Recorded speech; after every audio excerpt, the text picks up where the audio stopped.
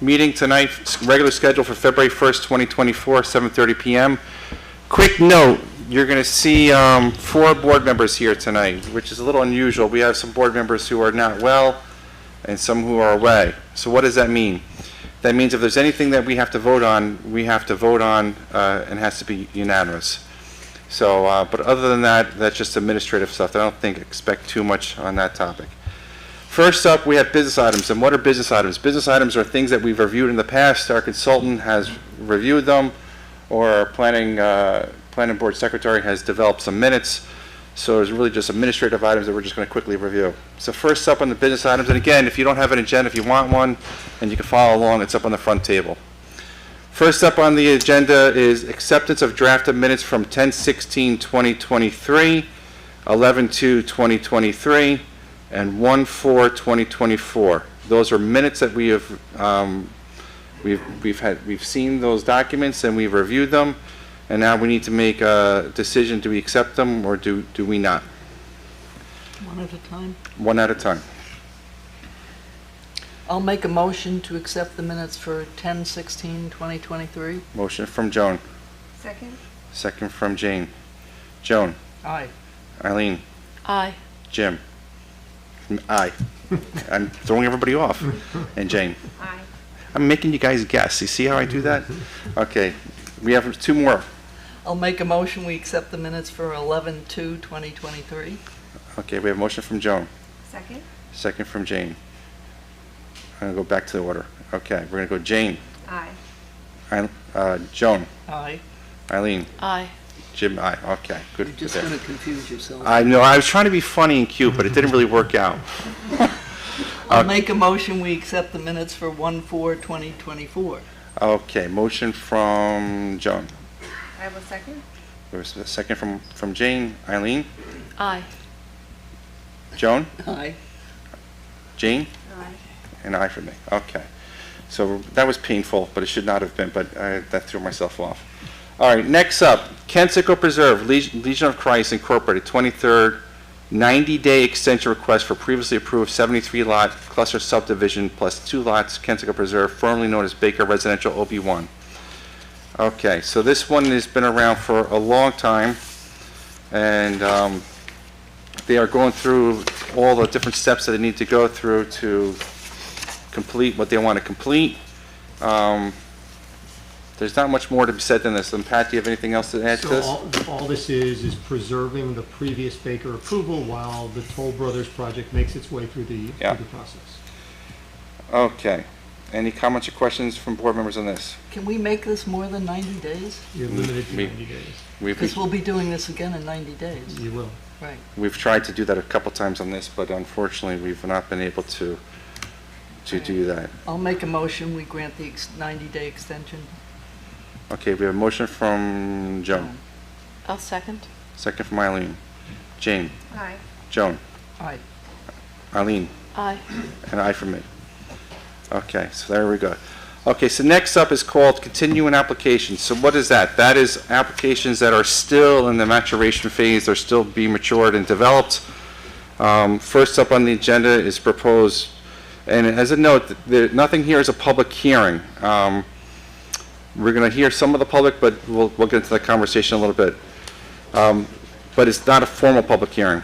It's a continuing application, which means, just so you know what that means this application is not ready for public review. The board has not accepted it. When we are ready for public hearing, that's when we get more robust discussions. So let me just read this off. Redevelopment of vacant parcels to construct a 3,000 square foot landscape and supply and equipment storage barn and a 200 square foot detached temporary office building with driveway, parking area, stormwater mitigation facilities, and landscaping screen areas. Application site plan SP 23-07, subdivision ST 23-04, steep slope SS-13. Location, hold on folks, location is vacant parcel on Brighton Avenue, Burris Avenue, Hawthorne, New York. Section block lot number is 112.9-1-2 at 3. Zone CNR R10, owner Brighton Avenue Properties LLC, applicant Brighton Avenue Properties LLC, engineer architect KSCJ Consulting. That's a lot in one breath, but turn the mic over to you. And just in your name and who you are for the record. This is Yes. Dave Sessions with KSCJ Consulting. We're the engineers, planners, landscape architects for the project. Mark DeFabio, the president of Lawn Green, is here with me as well this evening. Last time we were here, we came to discuss the most recent review memos from Pat Cleary and from Dave Smith, the town engineer. There was some discussion about DOT. We do need a DOT curb cut permit out on Brighton Avenue, and we had not gotten definitive response from DOT yet whether or not they would accept the location. As you know, we are proposing the same location, that there's an existing curb cut here. There's been for 60 or 70 years or so, so we are proposing the same location. Subsequent to that, we did receive correspondence from DOT. And after back and forth with DOT and plans being submitted and reviews and so forth, they concluded that the location was the most appropriate location for the frontage of the site. But due to the somewhat limited site distance, they required as mitigation that DOT or state-approved signage be installed along the road, and that would mitigate any deficiency, if you will, of the site distance. So we did revise the plans. We did submit the signage to DOT, and they are comfortable at this point. And at this point, it's really just a matter of administration within the state DOT to issue that curb cut permit. Before you go on, can you describe Yeah. the signage? Sure.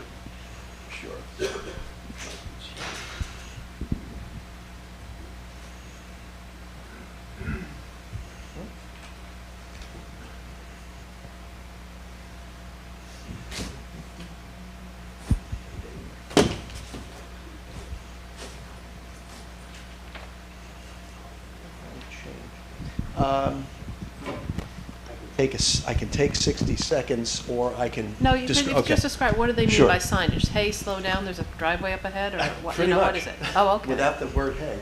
Okay. Yeah, they've got their standard signs, their DOT-approved signs, and one of the signs is hidden driveway ahead.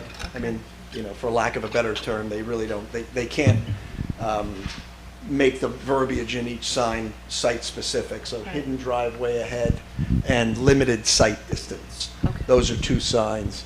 And one sign is being located approximately here, the other sign approximately here, and they weren't randomly chosen, the locations. That's really DOT protocol, Okay. certain distance apart from one another.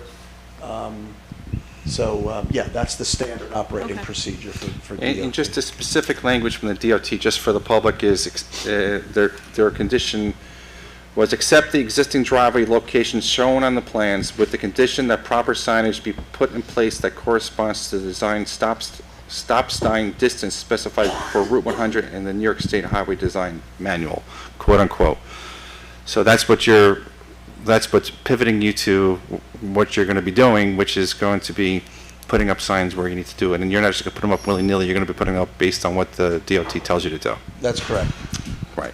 And, we had met with Dave Smith twice over the last 6 months or so. The most recent was maybe 3 weeks ago or so. And Dave had several comments, engineering-related comments, one of which had to do with the curb cut. We all reviewed different alternatives and different mitigation. And Dave, I don't want to put words in his mouth, but as per his memo, he was ultimately comfortable with the location that we chose, with the mitigation that we've provided based on DOT. So his last memo of a couple of days ago, he said he doesn't have any further engineering comments. Pat is obviously here if he wants to Yeah. speak with his. And I his saw memo. Dave's memo, so I don't Yeah. think there's, unless you have anything else to, No. We've been diligent. Pat had many comments over the last couple of months. I think we went through it, annotated every response. did a lot of homework, and we're at a point now where I think we're in pretty good shape. So let me explain where we are to the folks that are here tonight. So we are here tonight, we are not approving anything, other than we're sending it off to, if we do decide that the board decides it, to the ZBA. So he has a ways to go. He has to go through the ZBA, get whatever variances that he needs to get, and then he has to come back to us to go through an extensive review. And that's where we do have a public hearing, which is where we gather the most public input. So tonight is not a public hearing. However, if there is anybody here tonight who has compelling desire to say anything, we'll allow you to speak. But what I don't want to have to go through is hearing that you're used to trees, you're not used to trees. Like, there has to be something a little bit more concrete. So if there's anybody here on this application, we will hear you, though it's not a public hearing. It's what my predecessor referred to as lower H public hearing, where a regular public hearing is capital P, capital H. Further, it does not mean that tonight is the only night that you can correspond with the board. Carolyn Saraceno is here tonight. We want to hear from you. It's in some ways better to have comments go to Carolyn, because it gives us time to reflect on it, and it's also included in documentation. So with that being said, if there's anybody here tonight on this application and you have substantive items to bring up that you want to have addressed, please raise your hand. Number one, I'm sorry, I'm going to give numbers. So far I have number one. We have one. Anybody else? Going once, going twice, going three times. We have number one. Come up to the mic, state who you are and name for the record. Thank you. Good evening, everybody. My name is Scott Core. I live at 338 Jackson Avenue, which is right behind this parcel over here, right? So myself and the neighbors have, numerous concerns about this development. But as far as tonight with the curb cut and the safety, right? First, the curb cut, right? This lot was originally like commercial residential, right? So the residential portion of the lot hasn't been occupied since, I don't know, the 70s. So the fact that, the curb cut's been there 60 years, it's, it hasn't been used in, 40 years, 50 years. So the curb cut was part of a flagpole lot, right? The flagpole lot comes all the way up into the residential, right? So as far as we know, we believe that spot to be residential and not commercial. Is the commercial part of that curb cut, is that in the commercial side or on the flagpole lot? Commercial. All right, so granted. All right, so with that said, also that curb cut was put in before, Amazon, before all the traffic, before the town was so developed, right? So every morning rush hour, unfortunately Tom's not right here tonight, but he has a driveway here, Jackson Avenue's right here, and it can take up to five minutes to get out of there safely. Actually, not even a month ago, a few weeks ago, there was a bad accident on Atlantic Avenue because of, the conditions of Bradhurst, people coming down the blind curve, etc., ice, etc. Anyway, with the addition of Amazon over here, this is going to be a beehive, and I don't see how he has trucks that are almost 40 feet long, Okay. a dump truck with a trailer, how's that going to come out and come out safely out of this turn onto this drive here?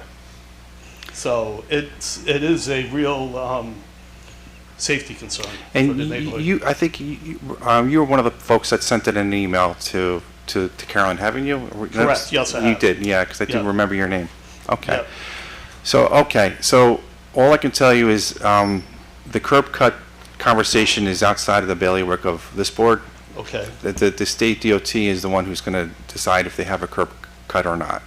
gotcha. So But it's the town who has to live with the Decided. safety. they decided, right? They've actually decided. So, but they do have a long way to go, right? They have to go to the ZBA, And there will be a public hearing before the ZBA as well, Right. so you'll have an opportunity to comment on that application as well. Okay, and then beyond the safety of the neighborhood with the, with the trucks coming in and out of here, we have concerns on how this whole parcel is gonna be developed as well. Yep. You know, there's 2 residential here, they're talking about expanding the lot into the residential area, we feel that's an encroachment on our property.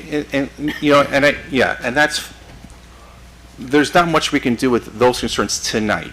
But however, when we get to the capital P, capital H public hearing, that's when we start having those conversations, as well as, you're welcome to participate in the ZBA process as well. But for tonight, we're really just referring it to the ZBA for them to make their decision on what they're gonna do. So they've satisfied all the requirements from our engineer, they've checked, nobody agrees or disagrees with it, they've checked all the boxes All right, at this point. So there's no rush to judgment on this application at all, but we just have to, the job of this board is to champion the application through the process. We're more concerned about the process versus yay or nay at this point. Understood, I appreciate Okay. you letting me speak. Thank you very much. Thank you. Okay. I can address very briefly a couple of the comments. Sure. If that's okay. I'll be brief. The gentleman tonight mentioned something about the residential lot or 2 lots, or the number 2 for some reason keeps on coming up. It's not the first time I've heard it. This is 1 lot. It has frontage on Jackson. We were obligated to demonstrate a feasibility study for this lot. Right. This is not being proposed at all, but as a matter of a zoning situation, we had to demonstrate that it could meet the driveway requirements, the house, the parking requirements. So that's all this is a demonstration that this can meet all of the regulations. We've done that. This is completely separate and apart from the commercial lot. There's also been discussion about the commercial lot bleeding into the residential lot. Yep. Can happen for a number of reasons. Okay, so, This is a residential lot, this is a commercial lot, that's the lot line. yeah, and not to stop you, we're gonna get into all of that. And- Okay. And we will. And if it does come back to the planning board, and that's an if at this point, right? If it does come back to that point, we're gonna have all those conversations for sure. Okay. Okay? And then one other very quick thing, as far as the circulation and so forth. We were charged from the town engineer, the town planner, and certainly DOT to demonstrate all of the truck turning movements in every direction, in and out of here, Which is, parking. which is why you have your acceptance from the DOT. That's correct. Right, so that's not the question here tonight. The question tonight is, do we send this to the ZBA or do we not send this to the ZBA? So I think at that point, I'd rather stick to that conversation and kind of curtail it from anything else. Okay. Because again, we're just championing the process. The process is more important than the application itself. Making sure everybody goes fairly through the process and we make decisions based on what we've learned and decisions that we were going to make. So, and I think we're at that point tonight. Any other questions or comments from? Yeah, can I just make one? Does it go to the zoning board without the official approval or with the appended approval? No approval. No Yeah, there's no approval. approval. I mean, with the curb cut, the DOT approval. Yeah. They have that? Yeah. They already decided that. All right, Like, we don't have anything to do. The curb cut is going to happen. DOT approval. They have already approved it.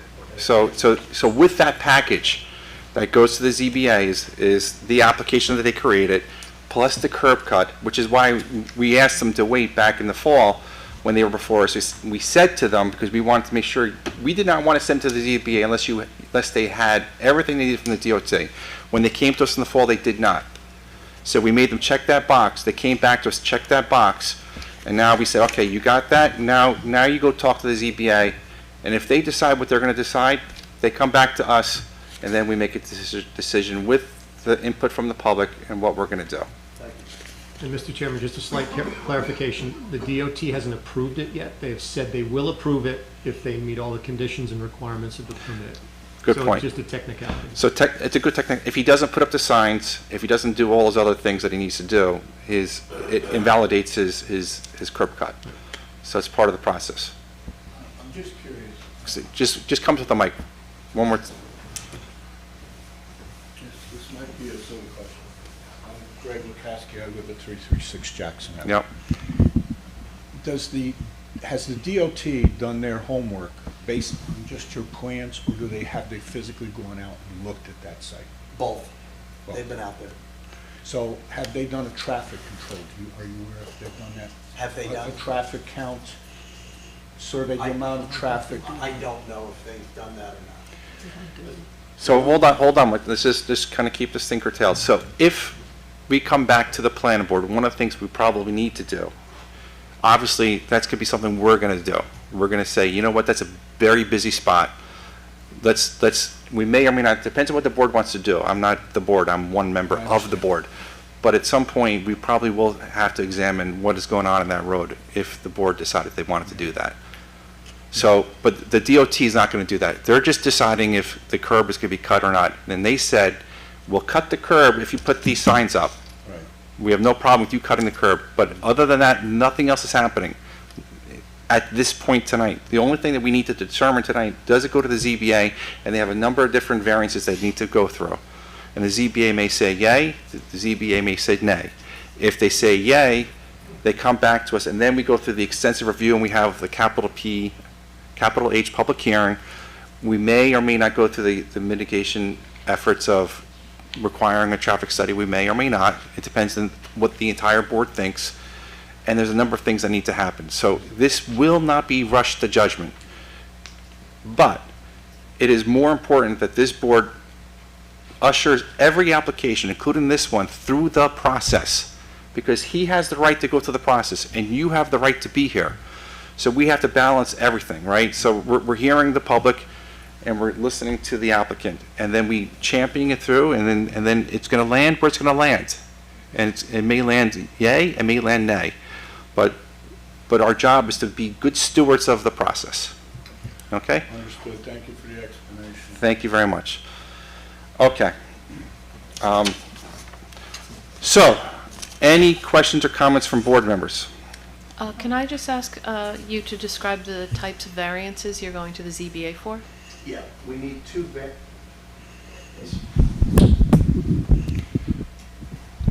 We need two variances.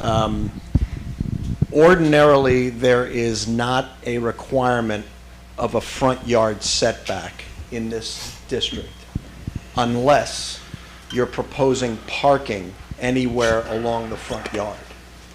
A little complicated, but if you are proposing parking anywhere along the front yard, there's a 50-foot front yard setback. We are about, I believe it's about 35 or 38 feet or so. I mean, the lot's just not wide enough to even kick it any further back. So again, normally there's no setback. You could basically put the building right up against the property line if there's no parking in the front. Not sure of the reason for that, but that's just the way the code reads. So since we have parking here, we had to be 50 feet back. We're only 30 some odd feet back, so we need that variance. There's another variance requiring an accessory building to be a minimum of 15 feet apart from the primary building. In this case, the primary is the office, the accessory is the barn. In order to make the site work better and have the circulation better, this office is closer than 15 feet to the larger building. That's the second variance we need. And that's it. Those are the two variances. And I think I heard one more question coming this way. I would just have the same question that Eileen did. Okay, that's good. Any other questions from board members? Going once, going twice, going 3 times. And again, remember we have 4 board members, which means we need to have a unanimous vote. So we're going to make a decision on what we're going to do with this, yay or nay. Do we send this to the ZBA? And what does that mean, just so the public knows? Did they check all the boxes? Does not mean we say we like or dislike or approve or disapprove this application. Is did they check the boxes, and can they go to the ZBA? If they go to the ZBA, you're encouraged, anybody from the public, to go to those meetings. You can send correspondence to Carolyn who will get them to where they need to get to. It's just another safeguard that we have to make sure that everybody understands the steps that it takes to go in the direction they want to go in. They may go, they may not. We'll find out. Okay, so with that being said, we have to make a decision on this application. Do we send it to the ZBA or not? I'll make a motion, we send it to the ZBA. So we have a motion from Joan, Second. second from Eileen. Jane? Aye. Joan? Aye. Eileen? Aye. And I for me. Thank you very much. Okay, next up on the agenda. Proposed Kensico Preserve, Toll Brothers, proposed 162 age-restricted multifamily townhouse development on the parcel previously approved for the Kensico Preserve residential subdivision, previously known as Baker, which lies between Columbus Avenue, Westlake Drive, and Thornwood, New York. Applications Town Board Referral TBR 23-01, subdivision SD 23-03, site plan is SP 23-05, steep slope SS 23-12, wetland W 23-03, location vacant parcel, Columbus Avenue, Thornwood, New York. Section plot line number is 11216-1-1. Zone OB1, owner Legions of Christ, applicant Toll Brothers Incorporated. There's another page. Engineer, architect, JMC Engineer, PLLC, attorney Zarin Simons, LLP, petitioner, contract vendee, Toll Brothers Incorporated. That's a lot of words. That was a lot. Good evening, Mr. Chairman, members of the board and staff. Brad Schwartz from Zarin Steinmetz, representing Toll Brothers. Joined this evening by Kevin Moses from Toll, James Karras from JMC. Just a quick refresher. We spent the better part of last year completing the SEQR process before your board. The planning board issued a negative declaration under SEQR in November. We went to the town board in December for a public hearing on the rezoning. The rezoning rezoned a portion of the property to multifamily. That's the portion of the site that Toll Brothers is proposing to develop. The second piece of the zoning change was a text change to reduce the required separation distance between buildings from 75 feet to 25 feet. Town board conducted that public hearing, approved the rezoning, so now we've completed SEQR, completed the rezoning, and now we're back before your board to advance the various land use applications. That's a final amended subdivision, a site plan, wetlands permit, and a steep slopes permit.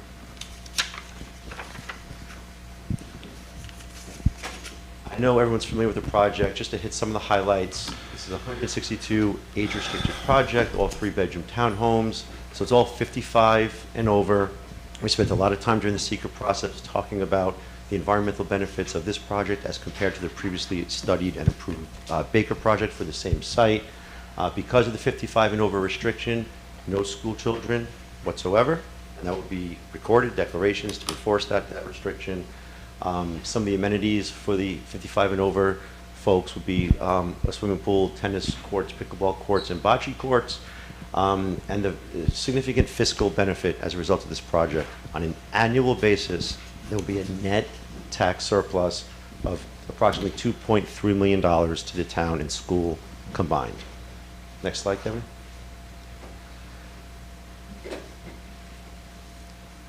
Some other public benefits. What you see on the site, and James will walk through the site plan in a moment, this is a cluster design, so there's a lot of preserved open space. Approximately 49 acres will be conveyed to New York City DEP for its preservation purposes. Another 18 acres dedicated to the town for the town's municipal purposes.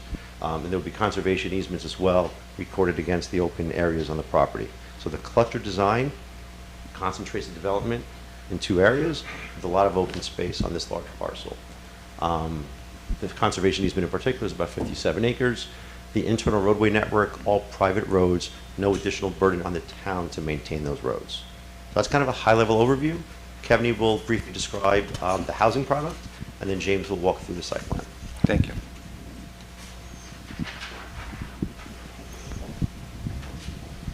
Good evening, Commissioners. As always, thank you for having us this evening. I know we've heard some of this information before, but just as a quick reprise, the project really revolves around 2.5-story, 3-bedroom townhomes ranging from 2,400 to 2,800 square feet. All of these floor plans will come with a master down floor plan to be in line with the targeted demographic of 55 and over. The community, as Brad had stated, would be fully amenitized, including a clubhouse, pool, tennis court, pickleball courts, bocce, and passive use spaces, again, in order to reduce the burden on the town and its own amenities. It would come with a condominium structure with a master condo HOA, which would obviously maintain roads, which, as Brad mentioned, would be private, landscaping, and et cetera.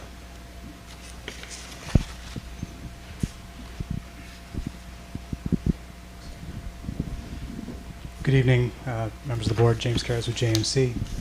I'm just going to give you a brief overview of the site plan that is under review. The board and the town should be very familiar with this site plan by now. It has essentially remained unchanged since being brought forth under the subject of the zoning petition. Includes 162 units across approximately 45 buildings in a mixture of 4-pack and 3-pack buildings. Access to the community is on 2 main driveways. The first on Loza Drive off of Columbus Avenue, the second on the other eastern side on Westlake Drive as well. We do have areas of steep slopes. We do have areas of on-site wetlands. Both have been extensively studied, both under the previous Baker approval and with this application. And there's essentially an eastern and a western side of the community connected by an internal roadway, which does include the wetland crossing, which is, I believe, the subject of the next slide. So during the rezoning process, when we started taking a hard look at the site plan, we asked ourselves why we couldn't improve this roadway and this wetland crossing. And we decided to look at the narrowest point of these wetlands. And by doing that and crossing it at the narrowest point with a clear span culvert-style bridge, we're able to span the wetlands, thereby putting the footings on either side, reducing the impacts to the direct wetlands to virtually 0 square feet, and also reducing the associated impacts to the buffer by approximately 2,200 square feet. So by slightly revising and improving the roadway alignment that connects both sides of the community, we feel that this plan further mitigates impacts associated with that were previously approved, and is just a better design for the town's consideration at this time. Thank you. Since we've last been before your board, we've also developed extensive and robust landscaping plan for the community using all native and adaptive plantings. We have a total of just over 550 proposed trees throughout the community. Over 150 of those will be lining the internal roadways and adjacent to those on the common areas. We've also provided typical foundation plantings for each unit, which employs a palette of perennials, ornamental grasses, and shrubbery that will be selected in the field based on each individual unit and building's orientation. And just to interrupt you for 1 second, this site landscaping plan, I would love for Mr. Stephen Cavey to have a look at it if he hasn't had it yet. So just make a note of that. We want to make sure we give him access to that landscaping plan. Okay? Yep. Next slide. And since our last submittal to the town, we also developed a full stormwater pollution prevention plan for the property. We had on-site soils testing performed by a geotechnical engineer. What you're looking at here is an overall drainage area map. The 2 different colors represent the 2 main design points under proposed conditions. So we studied this and we designed the stormwater management plan in accordance with New York State Stormwater Design Manual. We analyzed 7 different design points and design lines on the property. These are divided into sub-drainage areas. And what we've employed here is your common green practices using a series of surface infiltration and detention basins which are hydraulically connected. These reduce your runoff reduction rates. These provide your water quality, and they attenuate your peak flows leaving the site. We also have hydrodynamic separators providing pretreatment for water quality going into each of these basins. And under all of the storms which we analyzed, up to the 100-year storm, peak flows are reduced, leaving the property at all of the design points.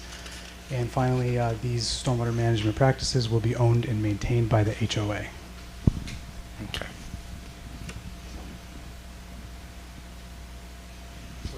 we're back to any questions or comments you have on the site plan. Have you seen Pat Clear's comments? We have, yes. Okay, we have a couple things. The sidewalks, the wetland crossing, we need to get some some comments from our CAC. Let's just talk about the sidewalks first. We were going to put a sidewalk on Westlake Drive, but now with Baker, but now we're proposing not to. In fact, I believe that early in the Baker process, there was a sidewalk located on Columbus Avenue. Yep. I believe that was done in part to minister to what was stated in the comp plan, right? Because I think there was a need for pedestrian connectivity on that side of the site. Now, late in the process, I believe that actually the intention for the sidewalk shifted over to Westlake Avenue. However, in the approval resolutions, it was kind of an either-or. It was left, I think, somewhat open to discussion. So more so than anything else, I think we're looking for the board's direction upon which street they might like to pursue. Well, let's clarify. I don't think it was an either-or when we were here before with Baker. I think it was both. It was the conversation, because I remember specifically John brought it up for Westlake Drive as well as Columbus Avenue. Maybe a nuance here, what the resolution provides is a sidewalk along Westlake, but if for whatever reason it doesn't work out on Westlake, either it's not approved or the topo doesn't work out, then go back to Columbus. Okay. So there was a shifting of the sidewalk during the process. But I don't believe, Mr. Chairman, the resolution says install both. I think Westlake was the preferred, and if it's not, again, if that doesn't come to fruition for whatever reason, Yep. then go back to Columbus. My memory is a little bit different than that, but Where would it be on Westlake and where would it be on Columbus? And while Kevin's pulling that up, Mr. Chairman, we did include the page in the resolution, so if you go back and take a look, and if we have Okay. different. at the end of the day, your proposal today Yep. does not include a sidewalk on Westlake Drive. Correct? So it's, Does not include a sidewalk in either location. In either location, so on Columbus Avenue nor on Westlake Drive. That's Okay. correct. And only because we felt as though there was a lack of clarity that potentially during the period of time of the Baker approval and today, priorities So may have let's changed. double click into that. When you say there's a lack of clarity, what does that mean? So again, the resolution says either or. So then we did neither. We're looking. So, let's clarify. There is a commitment to install the sidewalk, and I made that clear in my submission Okay. letter. So the plan, I don't think shows either one. Okay, so- Because that's the feedback we wanted from your board. So the commitment 100% is there. Okay, because that's Let's not what I let's just make a heard. mistake about Okay. it, yeah. okay, so it seems like that their preference, this is before my time, but Yep. was for Westlake Drive. In the interim, the master plan for the town was adopted, and that indicated a desire to have some connectivity along Columbus Avenue. And so you're asking, do we prefer recommendation? Will we recommend in favor of what's in the master plan, or do we want to go with stick the original? And look, in the original, the Westlake Drive actually came at the very end of that Baker process. And so Okay. now, especially considering the nature of this project, as 55 and over and no school children, I guess our question to the town holistically is, does the town still want to see the sidewalk along Westlake, which again came over at the very end of the process, I think to accommodate the school kids? Now that it's 55 and over, does the town still prefer it at Westlake, or to revert back to Columbus? So, Mr. Chairman, I can offer some clarification. So at the very end of the process, the issue of the sidewalk came up. It came up on Westlake for two different reasons: proximity to school, and that project previously was generating school kids, so there was a logic to doing that. But the folks that live along Westlake also indicated, we want a sidewalk too. It's not just for school kids, it was for the neighborhood in general. When the applicants started to look at that, if you remember, the right-of-way on Westlake is very narrow, and there's topographic challenges within our right-of-way. So the Dave Smith's comment at the time was, I don't know that we could build a sidewalk in our right-of-way. If it were to be built, it might have to be on their property. It got confusing and it got challenging from an engineering perspective. That's when the conversation with Baker was, we'll build it wherever you want. If it can't physically be built here, we're happy to put it on Columbus Avenue. That's why it was the either or in the resolution. The engineering of the sidewalk was never completed at the point of when we finalized that subdivision. So there was sort of a pin put into it, and it was left to the future decision. So, If I could add one further Yep. piece of color there, I think Pat hit the nail on the head.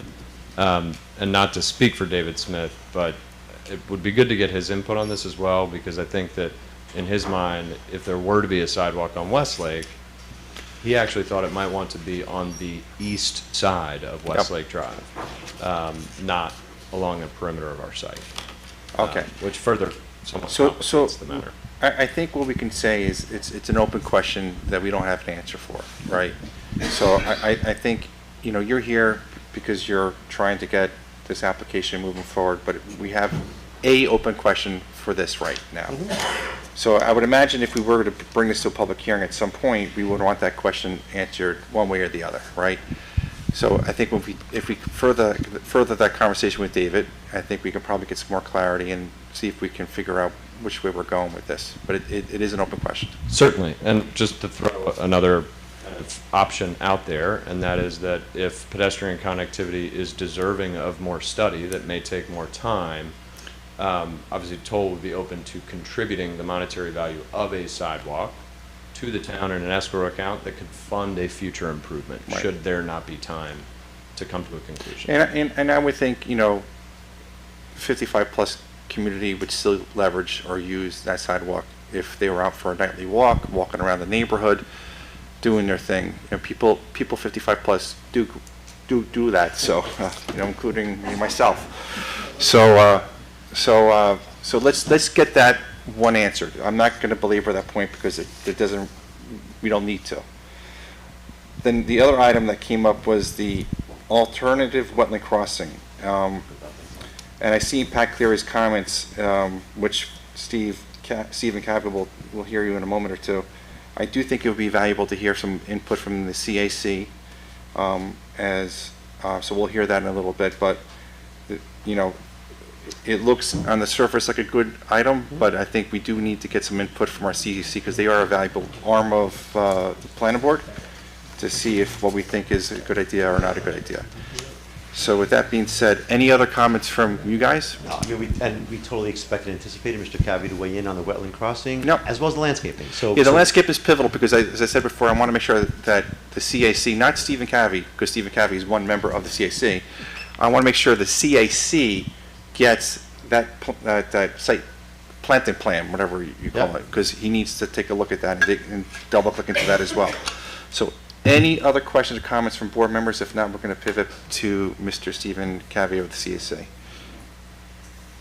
Okay. Mr. Stephen Cavey. Okay, thank you. Shall I take the official position? If you can, and I'll tell you, you know why. I think I've told you, the feedback I have received from people is they don't like looking at the back of people. So and you're such a handsome fella. As I've said before, this is my better side anyway. Stephen Cavey, Conservation Advisory Council, and I am speaking on behalf of the council, as you pointed out, Mr. Yeah. Collins. Just had a couple quick questions. With regard to the wetlands crossing, I'll take another closer look at it, but clearly the idea of having the culvert with stanchions on either outside of the wetlands itself is beneficial. The question I have is, and if you can address it now or at another time, is the culvert, is it an open bottom culvert or is it sealed? It's open bottom. Open bottom. And how will that be maintained over the course of time? Because that does require some maintenance in order for it to continue to act in its value of infiltration and naturalized Conveyance. stream base. Yeah. James, you might be able to speak to that a little further on. James, you want to just give them? Yeah, yeah. All of these projects will include stormwater maintenance agreement as part of the approvals, as part of the stormwater pollution prevention plan. And this component of the site will be part of that maintenance requirement. So By the HOA. by the HOA, yes. as they will own all of the other stormwater and green practices on the site. To hope for the best. Can I ask you, I have one other question on stormwater, and that's, am I correct then that you're building based on a 100-year storm? I heard you mention that, which is an upgrade over the code requirement then, I gather. And when you say green practices, is it the intention or the plan to actually infiltrate all water on site, or is there some amount that's intended to go into the municipal system? We analyze all of the required storms, 1, 10, 15, 25, up to the 100. And we have to show that there's no increase in peak runoff rates up to the 100-year storm. Our plan does that. It actually reduces peak rates of runoff. And yes, there is overflow to municipal design points. Those are fail-safes that have to be designed into the plan. But if you review the SWIP and the proposed drainage area map, you'll see that those maintain existing hydrology. Those design points, we're not changing where water goes today under existing conditions. That's part of what we have to do. Thank you for clarifying that. And yes, we'll take a look at the landscaping plan, and that wouldn't be my area of expertise. We have members who are a little better. But I would like to just be clear about something, and that's the idea of saying that they're native and adaptive. I think we had this conversation before. Adaptive is another word for non-native. As far as I can tell, typically adaptive is not native. Can you clarify that? That would mean species that are not particularly native but have adapted and thrive in this region. They could be Japanese, they could be from Hawaii or anything like that, but they happen to do well here in the Northeast. Certainly. And as a former landscape architect, this is something I can certainly speak to. So it's not native and adaptive, but native or adaptive as far as the species. And all that adaptive means, it truly relates to the water regime required by these plants. So adaptive really points towards part of green practices is utilizing native plants that typically are suited for the environment where they're planted, that require a lesser amount of water irrigation.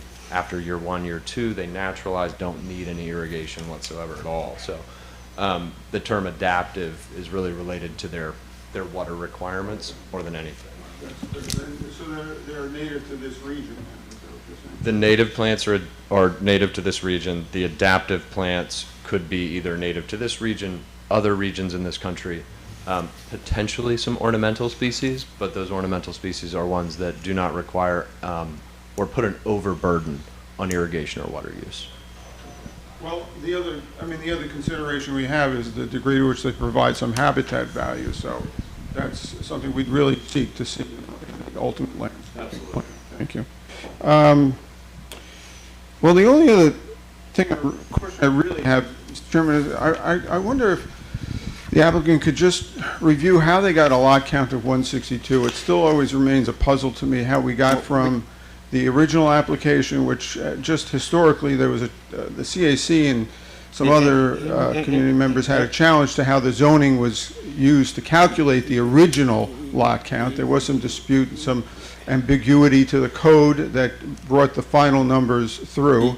They got a very high lot count at that point. They did. Now a portion of the property is being conveyed to the DEP, and the applicant prior, the previous applicant had a 74 unit lot count, and now we're up to 162 on a piece, on a property that has already conveyed a portion to Yep. DEP. So can you explain that, please? Yeah, so I think we have covered this a bit, right? So, in the past, and My Pat- memory fades, it's been a few years. Well, yeah, mine does too.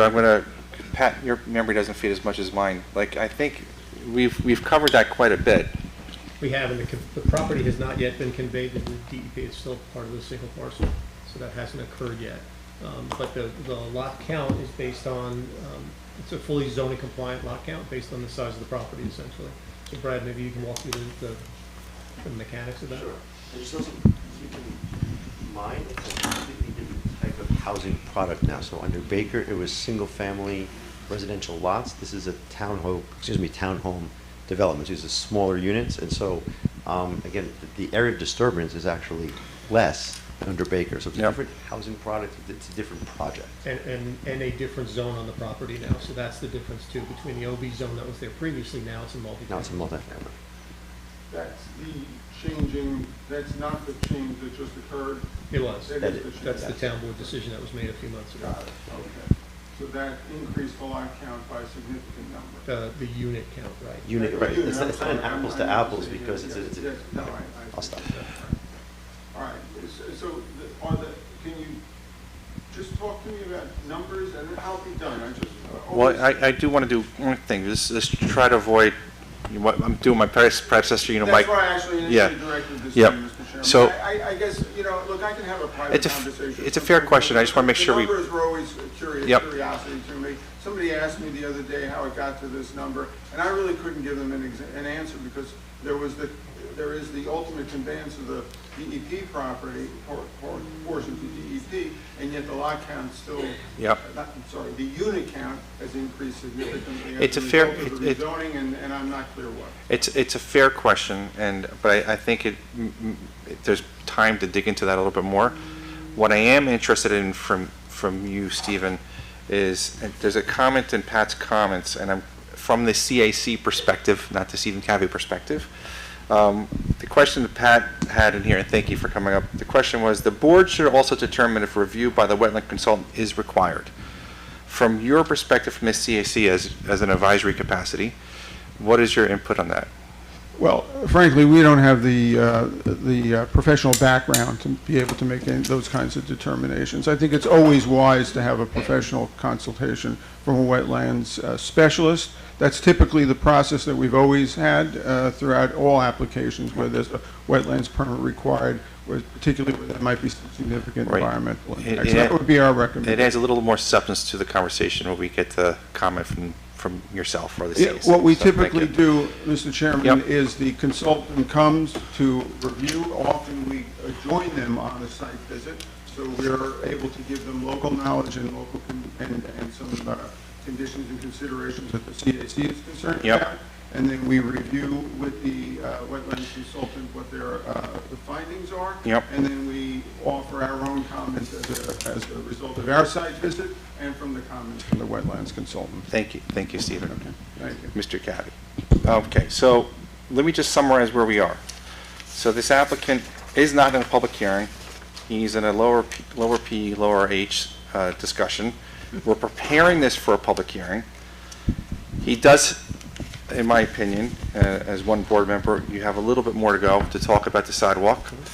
I think I would heavily encourage you to put some good thought into that, because I think the public, when they do come to the capital P, capital H public hearing, is going to be very interested in how we remedy that discussion. The other open item is we need to get some written comment from the CAC. And then the final open item was do we need to have a wetland consultant? That's a board decision to make. You're going to say something. So look, on seeking the wetland consultant's input, if that's the board's preference, and it is your prerogative, by all Yeah. means. I think the numbers speak for themselves, and we think, just like Mr. Cavey seemed to indicate tonight, that the wetland consultant will similarly find that it's an improvement. So if the board would like to engage your consultant to take a look at that, no problem. As far as the sidewalk goes, we also welcome the board's input, and so I guess our request, Mr. Chairman, is that the board would proceed to the capital P, capital H public hearing, and to the extent especially that the board's input on which sidewalk might be shaped in part by the public comment on. Yeah, we're not gonna tell you what to do, because again, I'm just one board member, and I don't think the board should do that. But I guess you can guess the tone of the conversation is we are trying to build a community that is walkable, and in some ways, there's a tangential, loose connection to the CAC. In some ways, the more people that walk, the better it is for our community, from a fossil fuel perspective and reduction of all that. So I would say, working with our staff, which that's what they're there for, coming up with a solution to help you massage that application, to bring it back, so you have the best application to present to the public, right? Fine. So but with that, we need information. We need the sidewalk conversation solved. We need the wetland conversation solved. And then the decision the board needs to make is, do we need to have a wetland consultant to review the property or not?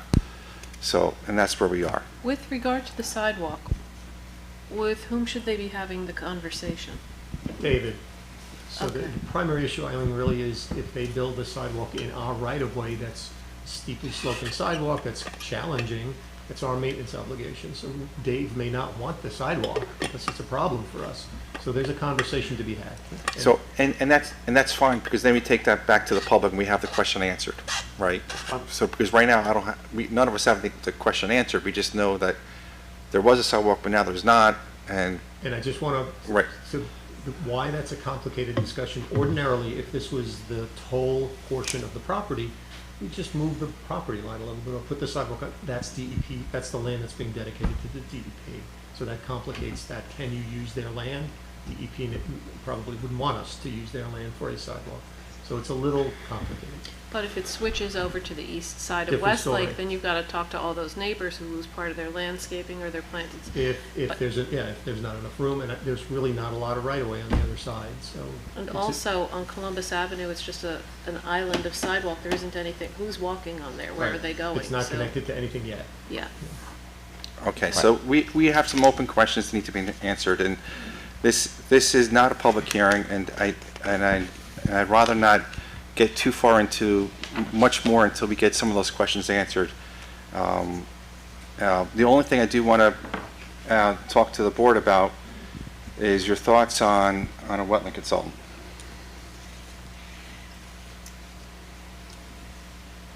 I think we should have one since we're, impacting wetlands. Okay, So, yeah, just to clarify that a bit, so the previous plan had 2,000 or so square foot impacts into the wetlands. This plan has none. So even if you have your wetland consultant look at it, it wouldn't be an extensive analysis. I'm sure it could be done quickly. It wouldn't be a prohibited kind of. It's just to ensure that both of us agree Yeah.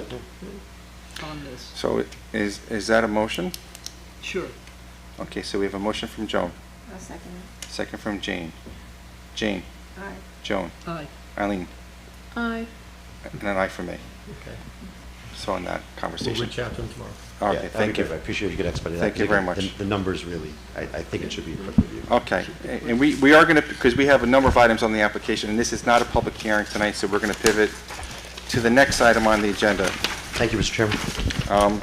And I'm going to have to shift things around a little bit because we had something drop on the application. So we have something on the agenda for item number 7. It should be, staff has told me it should be item number 3. So instead of, we're going to be putting number 7, which is in the back, which is, I'll read it out. Proposed construction of an in-ground pool with surrounding patios, pool house with steps, retaining walls, and associated stormwater management improvements. Application steep slopes, SS 23-17, location 115 Milton Drive, Thornwood, New York. Section block number is 106.16-1-20, zone R40. Owner applicant is Stephen DiNapoli, engineer architect is Hudson Engineering Consultant PC. Welcome. Good evening. Dan Collins, Hudson Engineering. Since we were last here, we've addressed all the comments from David Smith, including the comments that were actually received last Thursday. I think there are a couple minor ones that are left, but they were saying basically at this point, they're okay with everything, and those are things that we could address during the building permit process. So I guess at this point, we're looking to move forward towards approval. I guess the next step is public hearing. Well, we're not moving toward approval yet. We're moving to what? We're moving to, so here we, just to, again, always tell the public where we are. We are. It's a step towards approval. Well, okay, everybody wants an approval, but we need to go through the process, right? So where we are tonight is, he developed his application. He's come to the board once or twice, I forget now, at least once. We gave him feedback. He had to go back to town staff. He had to do some refinement of his application, and he has done that refinement of his application. So then the question becomes to this board, is it ready for the public to hear? Which is where we are tonight. So, because I like to make sure that everybody here understands our process. The process to me is tantamount to anything. It's making sure that everybody goes through an equal way, and everybody understands everything. Any comments or questions from Mr. Pat Cleary? No, and you have sign off from Dave saying his comments have been satisfactory. Correct, yep, and I did see that. So this should be a quick item. So Make a motion to go to a public hearing. So we have a motion from Joan. Do we have a second? Second. Second from Jane. Jane, Aye. Joan, Aye. Eileen, Aye. and I from me. There you go. Everybody has the same names tonight, except for Can I Eileen. just ask one question? That's a whopper of a stormwater detention field there. Yes. You've got a lot of new impervious surface. Yes. The way it's kind of scooted over there, is there an opportunity to fit that in? You've got a circular drive. Instead of tearing up the driveway and risking the 3 new cherry trees, can you put that in the center of the grassy area? Well, I Or is believe it we too looked- big? I believe we did look at that originally. This was actually part of a site plan that was approved without steep slopes approval, I believe. Okay. Previously. So there was already a system that was installed here. It was our client's desire to actually put them along this edge. Keeps it away. We were actually able to put the 6 and keep it to the side. Plus, there's a sewer service that comes straight through the middle. Oh, so that's in of the- addition to the This is in existing? addition to the existing. Okay, so you're not tearing up everything? Okay, No, I got you, yeah. okay. That was all Okay. new. Thank you, Thank you so much. See you Mr. next Collins. We like to do that. Okay, so now, we knew that was going to be quick, so we wanted to get that one done. Next up is, it's a new application, proposed North 80 a master plan, review and adoption of proposed North 80 development master plan. North 80 development consists of a mixed-use community that incorporates approximately 3 million square feet of biotech research and development related uses, including medical offices, a children's science and education center, neighborhood shopping, retail, and a hotel as part of a comprehensive master development plan. Application location, vacant and occupied lots north of the Westchester Medical Center. Section block number is 116.8-1-9, 116.8-1-3 through 111.20-1-80. Owner is Westchester County, 81 Holly Hill Lane LLC. Applicant is LP North 80 LLC and Holly Hill Lane LLC. Engineer architect is Torti Gallus and Partners. Attorney is Blanchard and Wilson LLP. Welcome. Just state your name and who you are for the record. Good evening, excuse me, good evening, Mr. Chairman and board members. My name is Mark Blanchard. I'm an attorney with Blanchard and Wilson, here on behalf of the applicant. Tonight is a little bit of a unique application to this board. It is not the Phase 1A application that we have been in front of you already with and that we're coming back to you regarding. This is somewhat, at this time of the process, we might call this a little bit of a cleanup item. This relates back to your secret findings, your negative declaration, your statement of findings that you adopted in May of 2022. This goes back to the Alternative G plan and also your 58-page statement of findings where you had already approved the conceptual plan that was the master plan that was tied to the town board's adoption of the zoning amendment. So the local law that was adopted that allowed for the zoning amendment had a provision in there that the planning board would then adopt the conceptual master plan. So this had become a condition precedent to the submission of the Phase 1 site, well, really to all of the site plan, but we did, in the secret findings, it was contemplated that we would come in phases. So prior to coming in for the phase, this item could have been presented to you, or should have been presented to you, as more of a cleanup item. So we're not asking you to comment tonight on anything having to do with the details of the Phase 1A site plan, vis-a-vis traffic, road cuts, parking, things of that nature. All we are asking you to do now is to essentially reaffirm what you had approved in your statement of findings in May of 2022. Okay. Any questions or comments from board members? I think silence is a no. So tonight is a lower P, lower H discussion. But this is a large application, and I know there's a few folks here who have a few things to say. Now I'm going to set the stage. The stage is this. This is a democracy we live in, but the planning board process is, in a way, different than a true democracy. It's not, we count how many people are for, how many people are against. Saying to us that you're against or for is not helpful, especially in this stage of the process. What is what I'm willing to entertain is if you have specific legal, engineering, comments, anything of professional background, as opposed to saying you like or dislike the application. So we want to make sure we gather enough data to make informed decisions. So it's not a formal meeting, but we'll entertain a few comments and go from there. Mr. Chairman, if I could just help clarify your comment.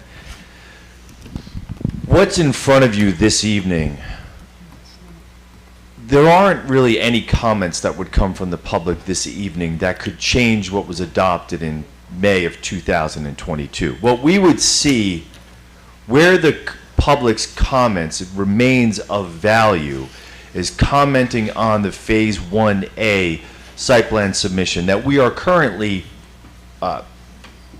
reviewing comments from your staff. In fact, the CAC just provided comments to us. So we are in the midst of responsive comments on the Phase 1A. But this evening, what I'm asking this evening goes back to an administrative adoption of what was adopted in May of 2022. So I understand 150% what we're doing tonight. Okay. However, we've had a history in this board to always make sure we hear from the public when we can hear from the public, especially for larger applications. I will manage the conversations, and I've specifically laid out the foundation for that. But we are here because the public is here, right? And we want to make sure we have enough information from the public that may help us or not help us. I understand what you're saying to me. I'm well aware. I've been on this board for many, many years, so I know exactly what we're doing here tonight. But I will entertain concise, well thought out, non-emotional questions or comments. If it gets beyond that, then I'm going to pare it down. And I don't suspect it's going to be like that, because to date, for this application, we've had thoughtful comments. Some members of the public have actually guided this application along the way.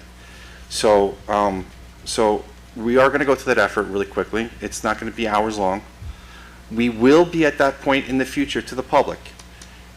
We will be at that point in the future where we're going to have larger conversations and capital P, capital H public hearings where we can hear all of your detailed comments. That is not tonight. But if there's something out there that is procedural, something that from a professional capacity can help guide this application, we will hear it. Is that understood? I have a question. I mean, I do understand what you're saying. I would, pardon me, I do understand what you're saying. I guess I would just reiterate that in June of 2019, you held a scoping session on the proposed zoning, and in May of 22, you adopted it. The comments tonight are relating to that document. Got it, understood. So I just want the record to reflect. So what is your hesitation? My hesitation is this. Comments made tonight, I'm not sure what the vehicle is to have those comments impact what you're being asked to administratively approve. What I'm saying is the comments made tonight lose no force and effect when they are applied to the Phase 1A site plan approval. I get that, and we welcome that. But comments made this evening, as Right, opposed... It's about the bigger plan, right? That was already adopted. Yes.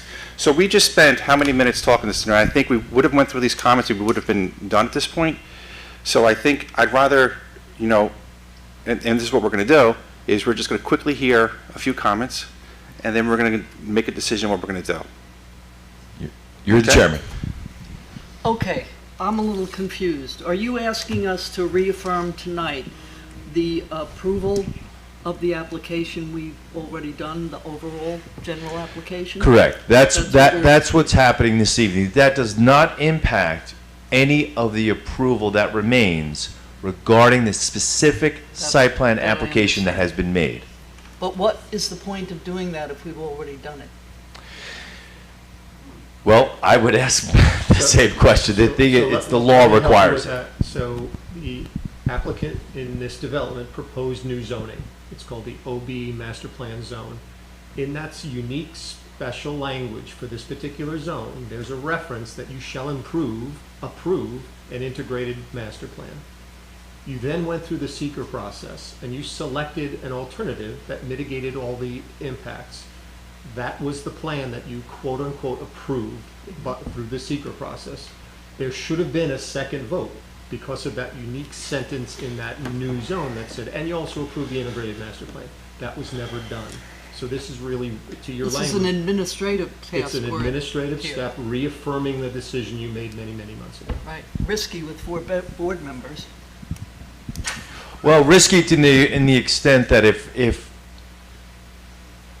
I would say that to contradict a 58-page finding statement, you'd have to present, there would have to be new evidence to present to overrule and undermine that 58-page finding statement. That is not to say that the 58-page finding statement that was already adopted has in any way preordained the site plan application that is in front of you. That is a separate animal, and I apologize to be repetitive, but the record has to reflect it clearly. Yep. What you're being asked to do tonight relates back to the finding statement, and that which was already studied for years, literally. Just to shift the topic really quick, I know I've, in the past, some of the larger applications we've sent to the library, plans and documentation, and I think for that, this application, I think it would be a good idea to get some of those plans, and I've had sidebar conversations with staff on that, so I think just for the non-digital people who are out there, because they're out there, if we can get those plans out into the library, if anybody wants to get to it, they can get to it. And I think it's mostly to people who are non-digital. We'll talk about doing that at some point. But I want to make sure the public has all the information available to them, those who are digital and those who are not digital. And one other technical issue with respect to this, the requirement to approve the integrated master plan was a provision of the OB zoning. It does not require a capital P public hearing. The public hearings with respect to that were done during the seeker process. So you can always choose to have public hearings as many as you want, but it's not a requirement for the adoption of the integrated master plan in this instance. Okay. So my point is, hearing from the public now is probably a good thing to do. Okay. So we are going to hear from the public because I think it's a good idea. And I think the board probably thinks it's a good idea as well. But I'm going to ask everybody from the public to hear what I said before. It's not a vote. It's not emotional. It's not going to be I like or dislike. I'm looking for facts. Facts are better than emotion.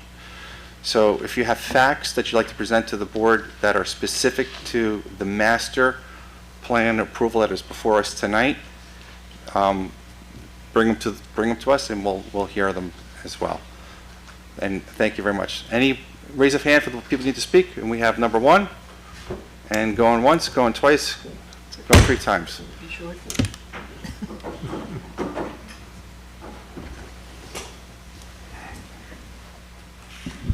Good evening.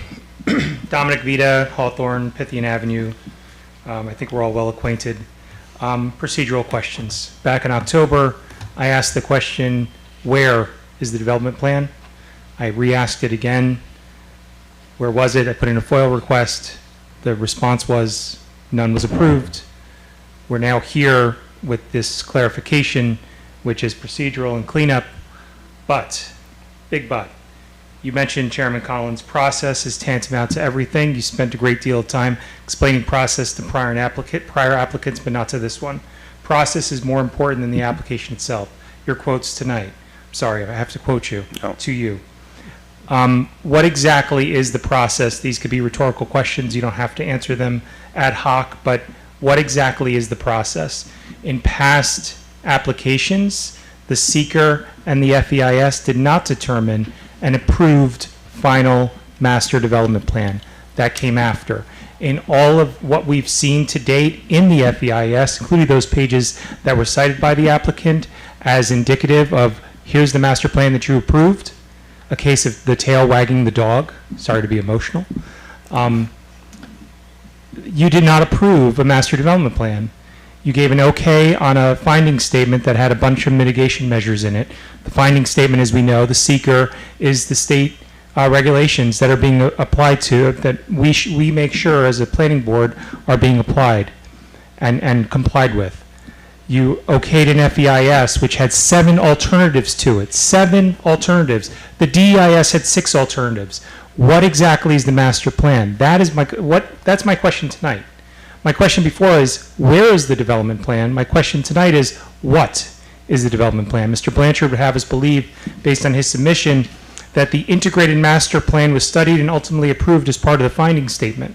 Mr. Cleary is noting that the newly put in zoning in September, which was passed in September of 2022, after this board found, with those mitigation measures in place, in favor of the finding statement, we're to believe that after that point, when this OBMP was put in place, this new zoning regulation was put in place, that what you had done prior to that is affected by that new zoning.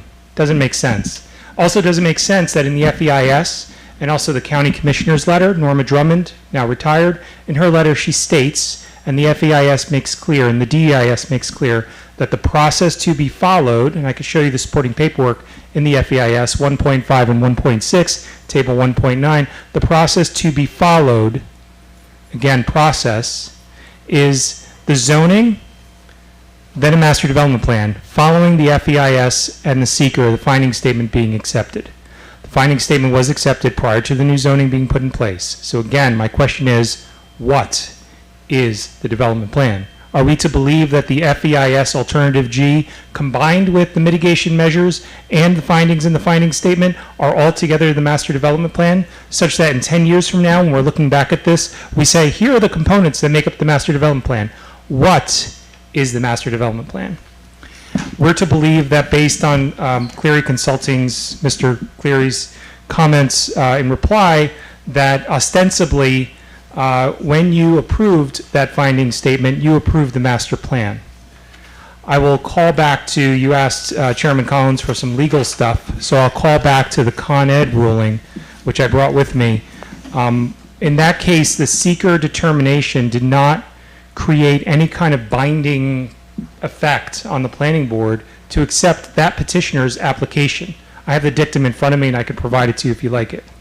The seeker findings did not bind the planning board to issue the requested special use permit or preclude it from employing the procedures and considering the standards in its own local zoning regulations, including the environmental and neighborhood impacts of the project. Just because you found that the state regulations were complied with those mitigation measures in place, just because you found that the FEIS was complete for environmental impacts, does not, in my review of everything, mean, and I may be dumb, I don't practice in this area, but it does not mean, from what I see, that you've actually approved a master development plan. So again, I come back to my initial question of what exactly is the master development plan that you're approving. Is it made up of the finding statement and alternative G of the FEIS? How does it incorporate all the mitigation measures of the finding statement? Where are we around those issues that need to be decided? One of the process issues that Chairman Collins brought up was subphasing, and how that's handled compared to what was approved in the finding statement and the FEIS, which was a phase 1 and a phase 2. I understand the DEIS had subphasing, but the FEIS did not. And if one supplants the other, I assume the FEIS supplants the DEIS. I know there's some incorporation language in there. I have other procedural questions too. Notice. How's notice going to be handled? In the town code, this board can make a determination on how notice is handled. There is a separate section in that same section that reads that notice for something over 50,000 square feet should go to the neighboring neighborhoods. I live in the neighborhood north of North 80. We may not immediately abut it, but we abut the land that North 80 is being built on. It would be prudent, I believe, of this board to require that notice be sent to all of my neighbors in that area bordering Bradhurst Avenue and Route 9A to the east and west. Those people are going to be impacted by this. Those people deserve notice. We do not receive Mr. Blanchard's note or Mr. Cleary's note until today when it was put on the site, when I provided a reminder of it. We saw the notice in advance of this agenda item, but we did not see any of these submissions. Mr. Blanchard's is from December. Mr. Cleary's is from recent. I think it was a couple weeks ago, maybe. Transparency. Future site applications and their review really do need to be posted on the town site. This is not a Carolyn Saraceno comment. This is a planning board should see to it that there is full transparency of this project. There has not been. There needs to be. It's huge. And it's important because it does impact us and it does affect us. That's all I had. Thanks. Thank you. Okay, so I'll speak specific to the notice, that conversation. I'm not here to do things in closed rooms. I'm here because of the, we want to make sure everybody knows everything. So that code in the town law gives this board a lot of latitude. Recently, it was changed a while ago. I forget the exact date, but we are going to make sure we get this out to as many people. I've said this before. I'll say that every time this comes up, this will get out to as many people as we can figure out how to do. It's not going to be joining property owners. We're going to make sure that we put signs up. We make sure that we send public notice out to the neighbors. We have to figure out the circle, if you will, where it goes to. But where I need the public, and I'll say this again, when you know about that public hearing, you tell everybody else. Because it's just not, as you know, it's not just going to be letters going out. It's going to be the only way to do it. We will not do that. We will not do that. I will not be the chairman here if we do that. We will make sure everybody knows about this application. So make sure I'm saying that to you again. So, all right. So with that being said, any other final comments or questions from board members? I'm hearing conflicting things. You're asking us to restate our approval of the master plan. Mr. Vito saying he's never seen a master plan. What do we do with those two things? Well, I mean, you have, I would say that, with all due respect, that gentleman is incorrect. We have submitted plans to you related to this submission, plans that were directly pulled out of all of your previous submissions. You have an FEIS is a different document than the written statement of findings. The written statement of findings is what I'm discussing tonight, what I've been talking about. And of course, when I discuss a written statement of findings, I am incorporating by implication the FEIS, the DEIS, the 3 years of environmental review that we had undertaken. I think there's a little misunderstanding that the approval of the master plan, the preferred master plan that we're discussing this evening, is somehow a magic wand approval precluding the public from future involvement. That is not the case. This matter, after this board approved it in May of 2022, it underwent another public hearing in front of the town board. The town board undertook its legislative authority, its legislative discretion, and adopted, based on your findings, they did adopt the local law, they did adopt the zoning text amendment. Within that zoning text amendment was the material for the master plan. The master plan documents were submitted prior to this meeting. So there are, I would just respectfully disagree with that's the statement that was made. And if I would want to offer any kind of a open door, I can't think of the right word right now, but I just am going back to repeat myself and say that the Phase 1A site plan review is where we would talk about things like traffic or something specific like where is an air conditioning unit going on a building. You know, I mean, there's a lot of detail. As has been often said, for this application in these meetings, there's a lot left to do. But in terms of this item this evening, there's nothing really left to do other than adopt administratively things that have come before you. So, Pat, is there a standalone document that we can refer the public to? There is, and the applicant has recently resubmitted that. And I'll just cite, so there's no ambiguity with respect to what the finding statement addressed. In the finding statement, it reads, the lead agency finds that alternative G represents the preferred action, and this finding statement is specific to that alternative. So the adoption of the finding statement was alternative G. That's the decision you made. The integrated master plan that Mr. Blanchard has recently submitted is alternative G, the same exact plan that you considered during the environmental impact statement process. Okay. Which is also thank you, Mr. Cleary, that's also supplemented by our recent submission on the Phase 1A last time. So I just want to speak through the making sure everybody knows everything, everybody has access to everything conversation. So I started the conversation tonight thinking of our non-digital residents. So we're going to figure out a way to get our or documents to the library, like we have done in the past for big applications. And that's really for folks who just either don't want to do digital or they want to see it in person. So we will figure that out, and Carolyn will coordinate that effort. As far as getting the documents online in a timely fashion, I think, are they up, Carolyn, or? Yes, we were waiting for a signed sealed copy, and that came in recently, so that was posted just today, but I was reminded to put it on the website, so it was, yes. Okay, so we have to figure out a way to improve that, but no decisions will be made here by the board without having you, the folks, having all the information you need. So we're going to make sure that it's on the website, we're going to make sure it's in the library. I can't think of any other way that we can do it other than digitally and non-digitally. And as far as the public notice is concerned, you will be notified if you're within that circle. If we haven't figured out that circle yet, we'll have that conversation in future meetings. But we will make sure everybody knows everything. We are a transparent board. We are not going to make any decisions without the input from the public as well as the input from the applicant. The applicant is also part of this process. Mr. Chairman, may I just have a clarification from the applicant's attorney? Can you just, Yeah, it's short enough that I don't even have to go to the microphone, but just for the public? Sure, of course. You're viewing public, Stephen. Mr. Chairman, Mr. Blanchard had asked us, the CAC, to prepare comments about 2 weeks ago, which we did deliver, and it was my understanding at the time that that was specifically to be prepared for this meeting. So I'm just not clear that I understand why the deadline was set and when and in what fashion the comments that we delivered will be responded to. It's that simple. Thank you. Yep. I guess I would be the one to respond to that. Thank you, Mr. Covey. When, and please, Mr. Covey, correct me if I misstate any of the details. We did originally, as it relates to the Phase 1A site plan, we were waiting on a CAC memorandum, a response memorandum back to us so that we could then in turn respond to it. Originally, we had envisioned having both items on this meeting's agenda.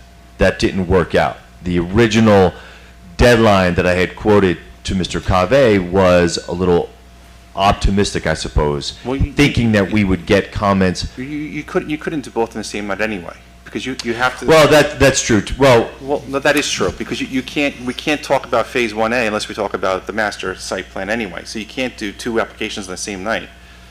that's fine. I mean, we had started the process and we found this. That's fine. That's fine. Look, the point of the matter is that when I had asked for the comments from the CAC, I was thinking, and perhaps I had created this confusion, although it has no bearing on this evening's request. Right. But it related solely to the Phase 1A site plan, and that, my timing to you, sir, was related to that issue, which I was hoping to maybe couple with this evening. But that I hope that clarifies. Okay. Yeah, we were not putting the Phase 1A site plan back on your agenda until Dave, myself, No. and Steve commented on No, it. because if I saw that, I would have said something, because it would not be on tonight. We can't review both these at the same time.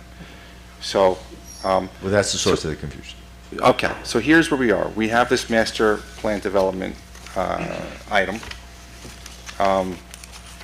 We need to make a decision on that. We do know that this application has a long, long way to go. We're going to make sure that we get stuff to the library. We're going to make sure we get this thing posted digitally. We're going to that's pretty much where we are in a nutshell. Anything else other than that, we pretty much have nothing else to discuss to the public. So folks, let's make it very quick if you can. Just come up to the mic.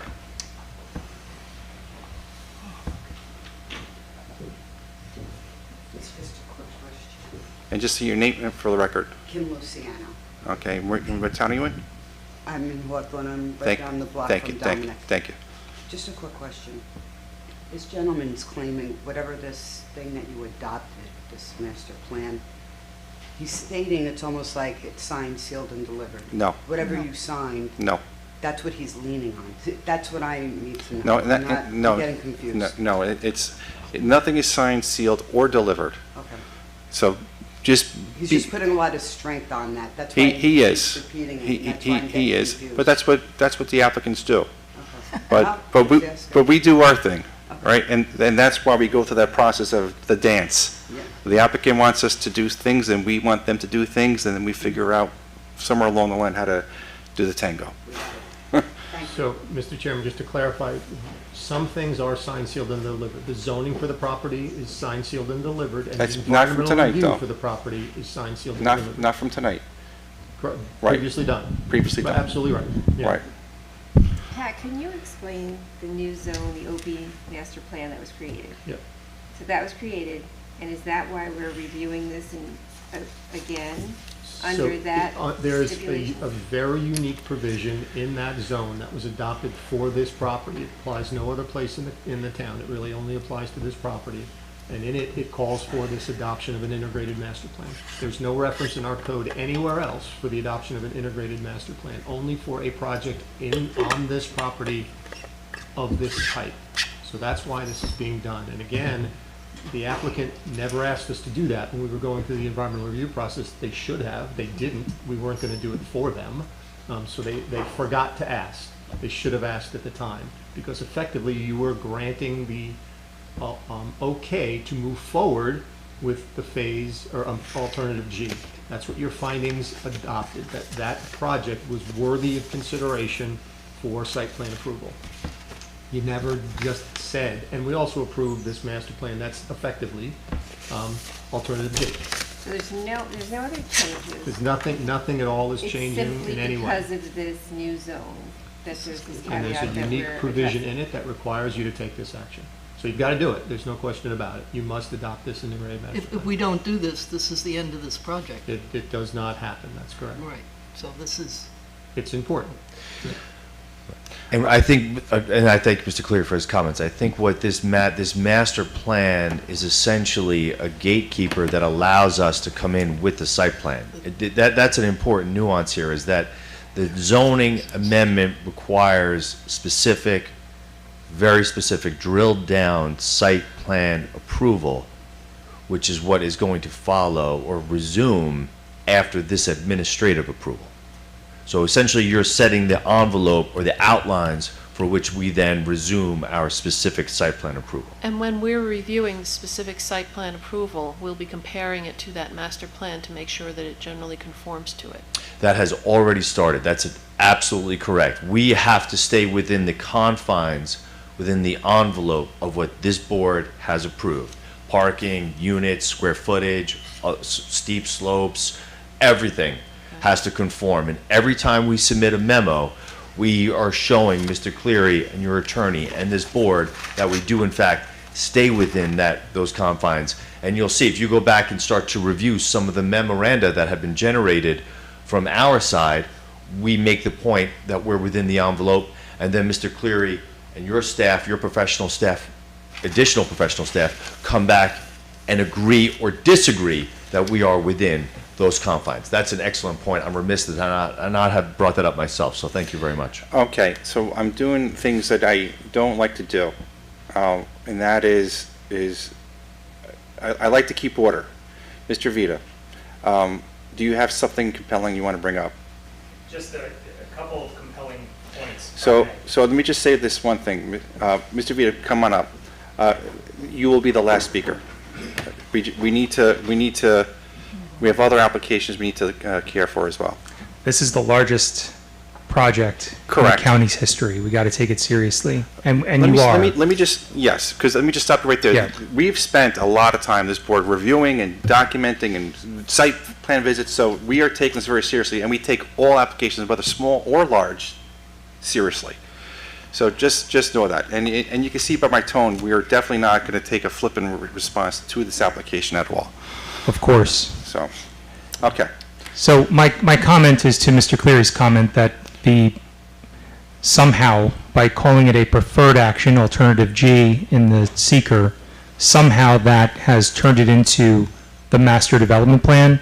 That was attached to Mr. Blanchard's letter tonight, that it's the integrated master plan. Again, there's no real question, there's no real answer to the question of what is the master development plan that this is being compared to. 2 site applications have already been submitted in October and December. They've been compared to alternative G and the finding statement. There have been variation. So my second point is, what happens with that variation? If we don't have an approved master development plan that lays out, hey guys, here's what happens with any kind of variation, I think we run afoul of certain things, right? And so there was a very clear statement in the FEIS for how this was to proceed. That is not being followed. That's my only last point. And what's being followed is something that's being sort of made up ad hoc because we want this to progress. The neighborhood wants this to progress. We're not trying to shut it down or stop it, okay? We want things to move forward.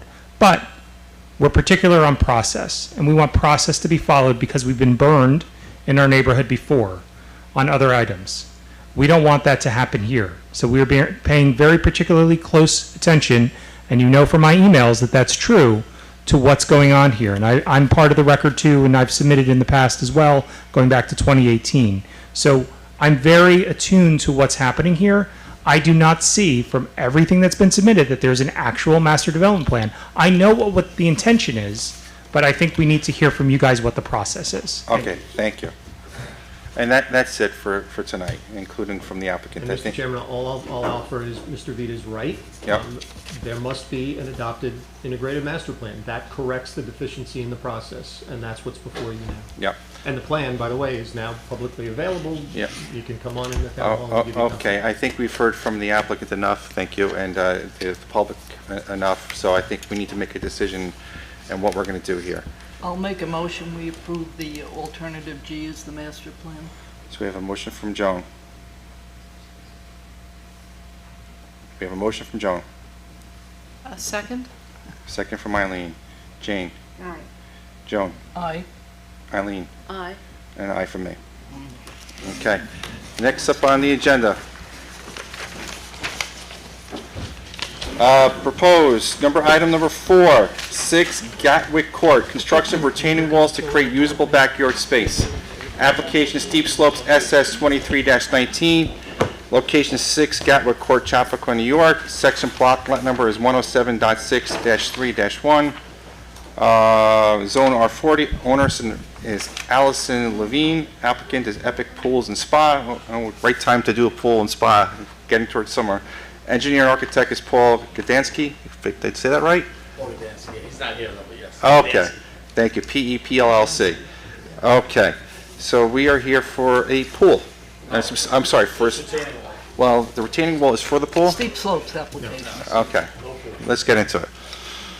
I'm Mike Leone on behalf of the Levines, I'm the contractor, just a lot simpler than the other things going on here. We're just looking for approval to put up a retaining wall. Okay. Make some level land for the Levine children to run around and play. The way their property sits, there's nowhere for them to really go outside and Okay, run around. It's just a simple, So- little flat piece of land in the backyard. so I think we can make this one a little bit quicker than some of the other ones, and here's why. All we need to do is make a decision, do we schedule this for a public hearing, or do we not? And what do we need for a public hearing to happen? We need to have sign off from town staff, which we do have. So I think you guys are moving in the right direction. There was a question, though, On the retaining wall. on the retaining wall. Did you see Pat Cleary's comments? I believe they were all addressed. So one of them is unclear if tall retaining walls decrease in height as they merge with the grade of, or remains 5 to 6 tall. Yeah, we saw that. That was actually answered, I believe, yesterday. But it does, it goes steps down with the grade. 6 feet at the highest and it's 2 feet at the lowest. Between the properties, is there any drastic drop-offs between neighboring properties and yours? That was one of the questions. No. Okay. So the other questions that we have is the topography of the adjacent residences to the north and south should be depicted. Ideally, abrupt changes in grade facilitated by retaining walls should be avoided, and the topography of the grade should be reflect some continuity between. I can give this to you guys if you don't have it. The other one was engineering department review of modified drainage patterns is required. No stormwater management practices are depicted on the plans. 14 existing trees are proposed to be removed. Compliance with the tree density factor and reforestation performance of Chapter 2.1 is required. And finally, clarify how will the rear of the site be accessed by construction equipment. And you can take this if you like. Yeah, I don't believe we got this. That came in, I believe, yesterday. Yeah, we changed the access is now off the driveway, no more off King Street. Okay. So Pat, where are we? I know we have we had comments from Dave. We did, so you're good to schedule a public hearing on this, they can address these comments moving forward. Okay. I'll make a motion, we schedule a public hearing. Second. Okay, so we have a motion from Joan, we have a second from Eileen. We have a motion on the table. So Jane? Aye. Joan? Aye. Eileen? Aye. And an aye from me. That was painless, wasn't it? All right, good. Thank you very much. Okay. Next up, 6 Salem River Road, proposed addition and renovation to an existing restaurant so to accommodate new restaurant with a special event space. Second floor addition is proposed above existing main building footprint for 3 offices, storage room and half baths, new accessory structures for pergola, tiki bar, and changing room with bathroom. Application site plan SP 23-08, location 6 Salem River Road, Hawthorne. Section block number is 116-7-1-15, zone CGC. Owner Hida Realty Corporation. Applicant and contract vendees Michael Pasqualini. Architect Manuel Design Associates. Engineer Alfonso Eddy, Engineering PC. Fun fact on this application, that building was my first job I ever had when I was 15 years old, working as a dishwasher in the restaurant. Good times. I don't do it anymore. Don't expect me to come back and do that. All right, here we go. Good evening. Yes. Mr. Chairman, members of the board, my name is Philippe Manuel from Manuel Design Associate. I'm here on behalf of Mr. Pasqualini, present tonight, who will be purchasing the buildings, acting as contract vendor right now. And Mr. Pasqualini has been in the hospitality business for a number of years. He actually owns Mansion on Broadway and White Plains right now. He owns what? I'm sorry. Mansion on Broadway. Mansion. The mansion. Oh, the mansion. Not a mansion on Broadway. Oh, the Knights of Columbus. Right. The Knights of Columbus. Yep.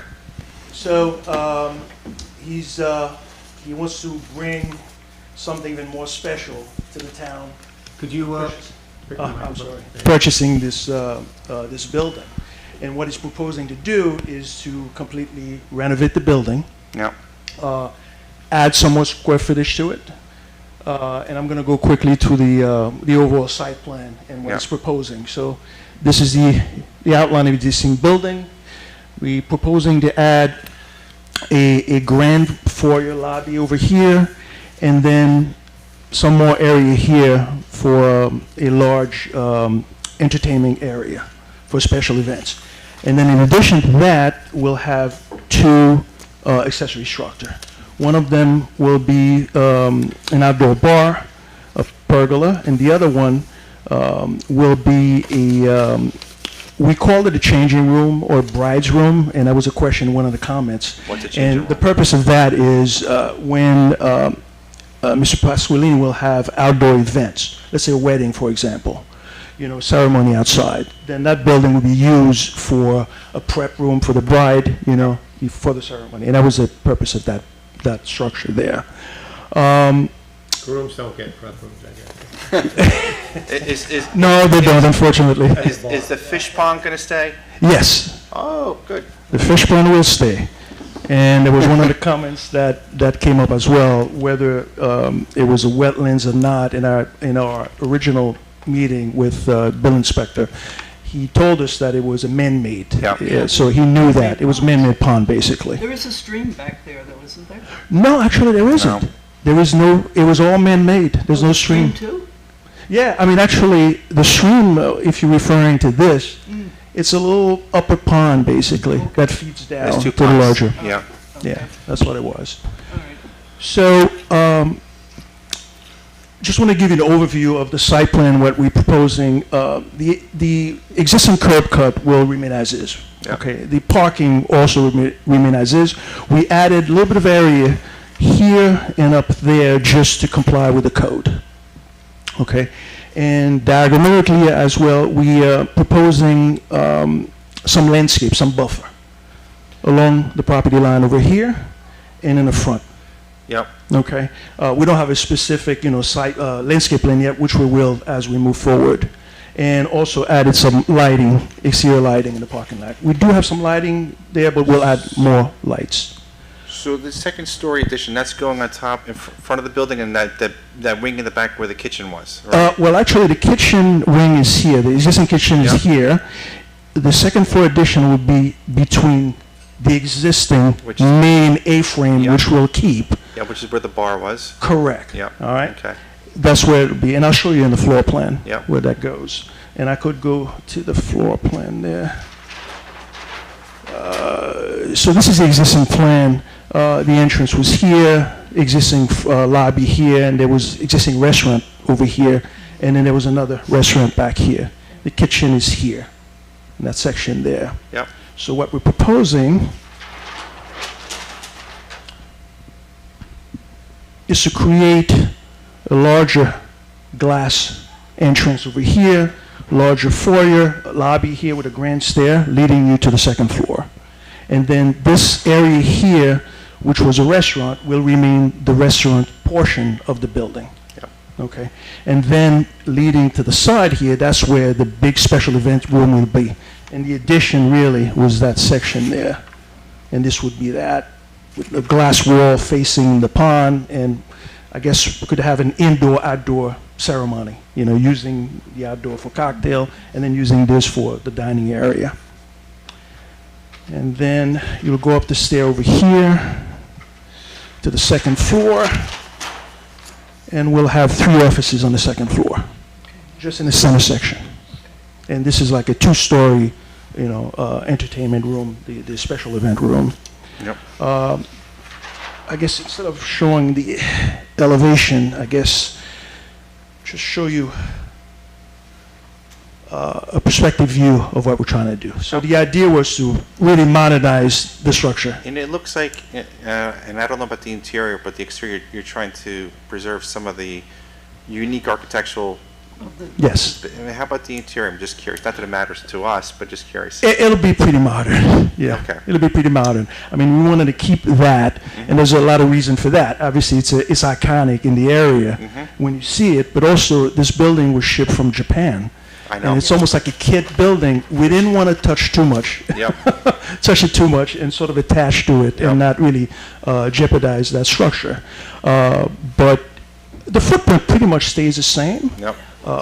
But the major focus is really adding that grand foyer there. Fun fact, the same building or similar building was shipped to over in Rockland County. Oh, They had 2 buildings. They had two there's another one There's over one. there. It hangs over 287. The similar. Oh. Just for your edification, they shipped 2.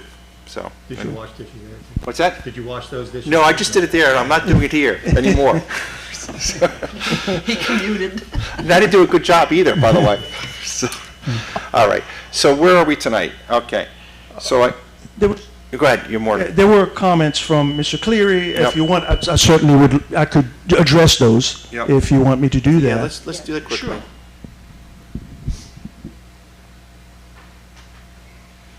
So I will start with Mr. Cleary's comments. One clarification was the maximum height for the structure. I look, and correct me if I'm wrong, the chart, the zoning chart says 3-story and 45 feet for the CGC. The 35 is for the CNR. So I may have read it wrong. It's the CGZ dimensions that are applicable, so if I cited the wrong numbers. Okay, it's no, I just want to CGZ. make sure. Okay, so that's the first section.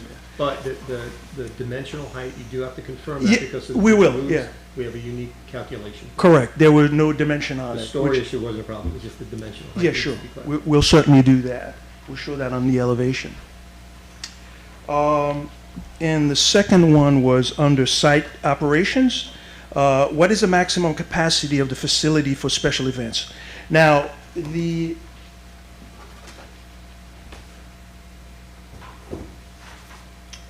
main room, special event, And Mr. Chairman, just to be clear, we're going to need a written response to all these, so Yep.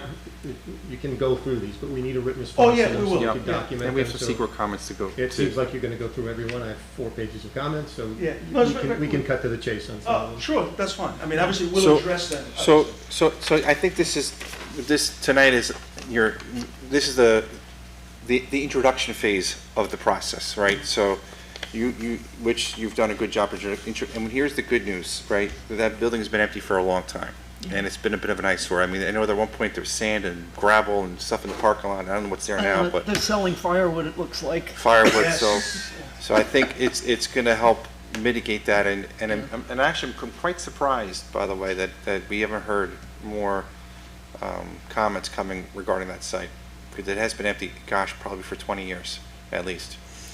So with that being said, I do notice in Pat's comments, in the back page is the SEQR Right, conversation. you can start that process tonight by designating yourselves to be lead agency. Okay, so we are at the point where we can do a couple things. You're going to address the comments from Pat, and we'll hear from you at some point in the future. But in the meantime, we can walk with you in this path by making a decision about SEQR and whether or not we want to be a lead agency on this application as an unlisted action. So with that being said, we need to make a decision on that. I'll make a motion, we designate ourselves as lead agency. We have a motion from Joan, Second. second from Eileen. Jane, Aye. Joan, Aye. Eileen, Aye. and I for me. And you also have comments from Dave as well. I don't know if you've got those. Yes. So you're going to package all this stuff back, as you know, and you know, I keep saying the process is more important than the application. We have to make sure the application goes through the process, so make sure you put your dots on top of your I's and your T's are crossed.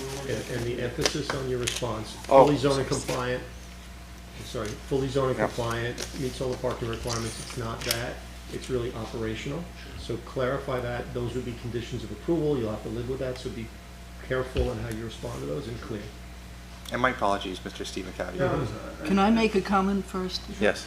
I'd just like to reiterate the chairman's observation. I really think this is a great idea, and I look forward to seeing something in there, and I like the plan very much, so. Thank you. Stephen, my memory's not where it used to be. No, it's all right. Stephen Give it a Cavey, few more Conservation years. Advisory Council Chair. Fun fact, Yeah. Gasho Restaurant. Oh, yeah. 35 years ago was one of the first restaurants in my group travel business that we routinely used. And Probably your we keep- dishwasher. Right, no, we were elevated. Well, they were washing dishes for our company. No, anyway, the only question I have is that it was brought to our attention about this so-called man-made pond, or human-created, shall we say. And I just wanted to clarify that that's in fact the case, because if it is, and if that's how the board wants to recognize this water body, and it's not a wetlands and subject to a wetlands permit, then we really need to document that, as we've said on all these other, and historically, there should be some reference to it somewhere. There is, and Sal had given it to them, I'm just reiterated it to clarify. I just think it's critical that anytime we have any kind of water body, that we're really clear that there's no wetlands permit, if in fact that's what the board determines in engineering, and if in fact there is if there's an external source from it, that would, of I course. always, but you know, my memory, that the last times I were there, it was at the Japanese restaurant, and I thought there was a stream, but you know, who knows? Let's just be clear about that, because for instance, Regeneron has a water course through its property, which actually was channelized into a cement channel, and it required a wetlands permit when they wanted to build a patio next to it. You would never have known it was a wetlands if you didn't realize that it was part of a complex. Yeah, and to your point, yeah, we don't want to take it at face value, right? So through the SEQR process, Yep. we're going to uncover. And Sal has the documentation. And Sal has the documentation, so we're going to get all of that, but fair point. Just wanted to be clear about No, that. thank you. Okay, so, okay. So we have The lead agent? lead anything agency, else? get back to that. Okay, That's it. that's it from us. We've made a decision, but the lead agency, you're going to package what you're going to package back to us. Dot the i's, across the t's, and get those ducks to be in a row. And then we'll start, the processes that we need to start, which is we'll tee off the secret process with you. Okay? Thank you very Thank you, much. and thank you for coming tonight. Oh, thank you. Thank you. Don't we have one more? No.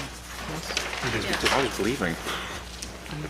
I get the feeling nobody's interested in the last application. Yes. Federico, I haven't seen him in changes. Okay, next up, 871 Franklin Avenue or 871 Commerce Street. This is the building that traverses between the two streets. A request for reapproval of site plan application SP 21-01 accordance to 218.68, residential in a commercial zoning district, interior renovation of our first floor offices, commercial street side to create 2 one-bedroom apartments. Application site plan SP 21-01, location 871 Franklin Avenue, Thornwood, New York. Section block lot number 106.15-1-53, zone CNR, owner and applicant, the Creco Company, engineer, architect is Frederico Associates. Thank you. So this is not new. Correct. Okay, let's hear. I'll make it as brief as possible. Yes. Everyone here is familiar with it. Yep. My name is Brian Sensabaum, an attorney with Zarin and Steinmetz on behalf of the owner. So again, just not to reiterate everything that you just said, but we are requesting site plan reapproval. We did receive ZBA approvals for variances on June 9th, 2022. Those remain intact. We did receive approval of the site plan from your board on November 21st, 2022. It was conditioned on receiving town board approval. We did receive that on February 14th, 2023 by resolution 72-23. No construction work has begun on this site as of this time. No interior renovation, I should say. The site is as it remained when you issued your approval, so nothing has changed on the site. Currently, our current status is that we need to obtain a New York State variance from the New York State Department of State. We did have a hearing before them that's still remaining open, but that pertains to the interior renovation. So of the site. let's just, for anybody who's here from the public, which is not many people, but listen, just double click into that for one moment. Why do we need New York State? I know why, but let's just say it. Okay. For the record. We require a variance from New York State for fire safety purposes. So for this particular unit, because we have mixed units, we have residential that we're proposing on the second, what I'll call the second level, but the ground level is commercial facing Franklin. With regard to that portion of it, we need to have certain separations. And that's New York State legislation, that's not Town of Mount Pleasant legislation, correct? Correct. New York State Building Code for existing buildings. Thank you. I just want to state that for the record. Yep. So with regard to the separation, what we would typically require is sprinklering the entire site, Yep. the entire building, or tearing out some of the existing separation that we do have and installing a higher fire rating. Now, we do have fire rating there, so it's not an entire safety issue. We are proposing sprinklers on the level that we propose residential on, and I believe even on the top floor. But because the existing commercial units on the ground level are occupied, between just the cost of doing the overall sprinklering or doing the separation that we are proposing, and also requiring that those tenants leave during that period, it does incur a financial hardship, so we are trying to receive a variance. Okay. So I can clarify, Mr. Brian, or Ms. Yeah. Pay, by going through that. While they were going to the state, the site plan approval expired. Yep. That's why they're back before you. Yeah, so what were the date ranges for that, though? November of last year. So it's just a few months over. Okay. But it did expire, so they can't ask for an extension. They have to go through the process all over again, unfortunately, including new public hearing, going through seeker all over again. So the request is to designate lead agency. Conceivably, you could also schedule a public hearing if you wanted to, 30 days out. It's the same plan, there's no change. They simply drop the ball with the extension. And if they had filed an extension request, we could have granted that back in November. They just missed it by a Right. couple of I days. remember seeing some correspondence Yep. from yourself on And this. to their defense, they were dealing with the state issue. I'm sure No, what they were that's okay. focused on. And I'm sure, the applicant is an attorney. He knows. Sometimes I keep referring to this process tonight, but the process is not always easy. But we try to work with all of our applicants and help them out. So we have two things, and we'll hear from board members. We have lead agency conversation we need to have, and the other one, Pat. You can schedule a public hearing. Public hearing, I mean, right. it's the same thing. It's We no- already There's no approved. change whatever. Okay, so any questions or comments from board members? I'll make a motion, we declare ourselves lead agency. We have a motion from Joan, Second. second from Eileen. Jane? Aye. Joan? Aye. Eileen? Aye. Jim? Okay, aye from here. I make a motion, we schedule a public hearing. 30 days out. So the lead agency requires the 30-day circulation, so it would have to be 30 days from now, 31 days from now. 31 days. 31 days out. Okay, so corrected. Motion from Joan, Second? second from Eileen. Jane? Aye. Joan? Aye. Eileen? Aye. And I for me. That was easy for you. I try to be as fast as possible. I know it's a late night. Thank you very much. Thank you. Thank you. And we can turn off the mic. Motion to adjourn? Second? All in favor? Aye. Aye. Opposed? Well.